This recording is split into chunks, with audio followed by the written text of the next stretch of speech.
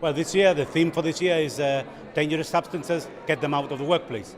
With this in mind, I think it's important to raise, because I have not included it in my speech, is the fact that Unite has been undertaking a very successful campaign in respect of asbestos.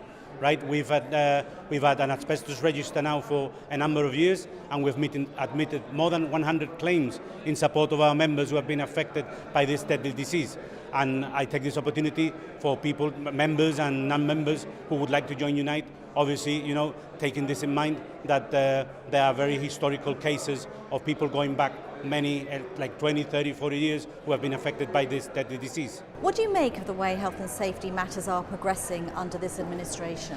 Well, the issue, I think one of the concerns that Unite's got, and this falls back to the previous administration too, is that there seems to be like a cultural thing with health and safety in Gibraltar, in terms of employers not accepting the fact that it's a key element, trade union health and safety rep is a key element of a workplace. And we find that in many areas, including the public sector, where management believes or have a belief that health and safety is something for the management side and not for the trade union. So this is something that we need to continue to push. We continue to push that. Obviously, there is relevant legislation that support trade union health and safety reps in the workplace, and we need to continue our demands that they are respected as they should be. Do you agree with the Chief Minister's assessment that there hasn't been any major accidents in the workplace since he's been in government?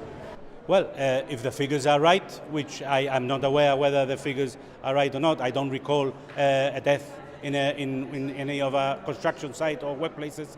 It's something that encourages us. But what we get back from our reps, health and safety rep, is that, again, I need to reiterate that there are issues in workplaces where they at times highlight health and safety issues, and they are not recognized as they should be.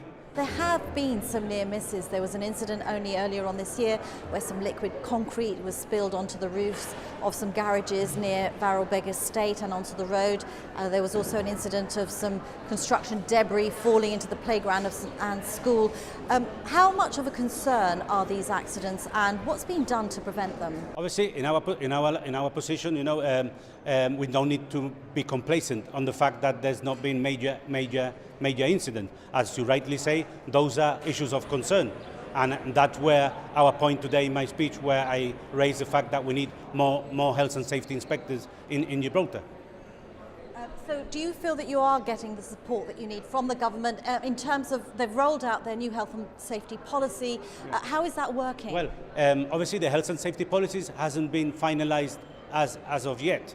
We have done a great work in this respect with the government, but it's still not been finalized. And this is something that we need. We need the biggest employer in Gibraltar, which is the government of Gibraltar, to obviously set the standards for Gibraltar. And this is one of our aims today. Also, make the Chief Minister aware that we once and for all want to finish this health and safety policy in the Gibraltar government.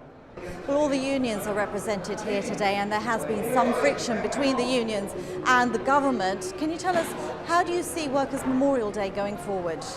Well, obviously, I echo the sentiments of the Chief Minister in this respect, because thanks to him and thanks to Unite, we are commemorating this day. And I want to echo his message that we call on all political parties to include in the manifesto the continuation of this important event for workers worldwide, and that Gibraltar should continue having this regardless who is elected in the next election.